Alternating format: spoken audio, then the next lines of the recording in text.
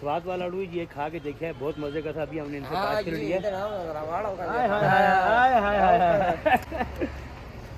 अभी हमें तकरीबन यहाँ से कितना टाइम और लग जाएगा कमराट तक?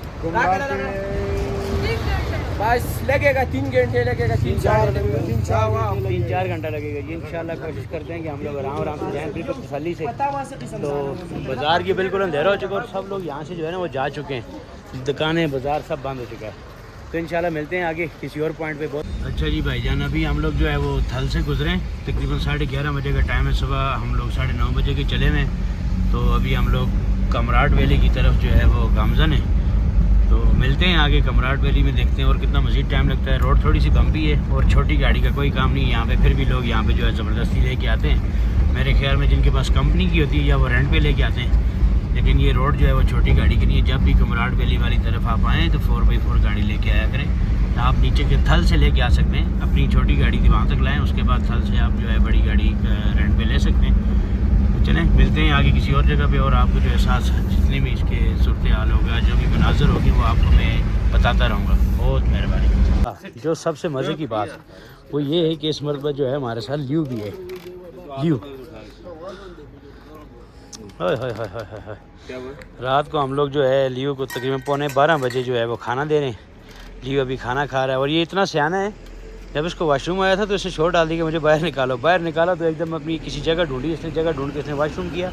उसके बाद लियो को खाना शाना दिया, पानी शानी दिया। ये मेरा दोस्त बन चुका है लियो, अब मुझे इससे डर नहीं लगता। हाय हाय हाय हाय, माशाल्लाह माशाल्लाह। अच्छा जी गाइस, अभी आपका भाई जो है वो कमराट में पहुंच चुका है, सेल्वन होटल पे।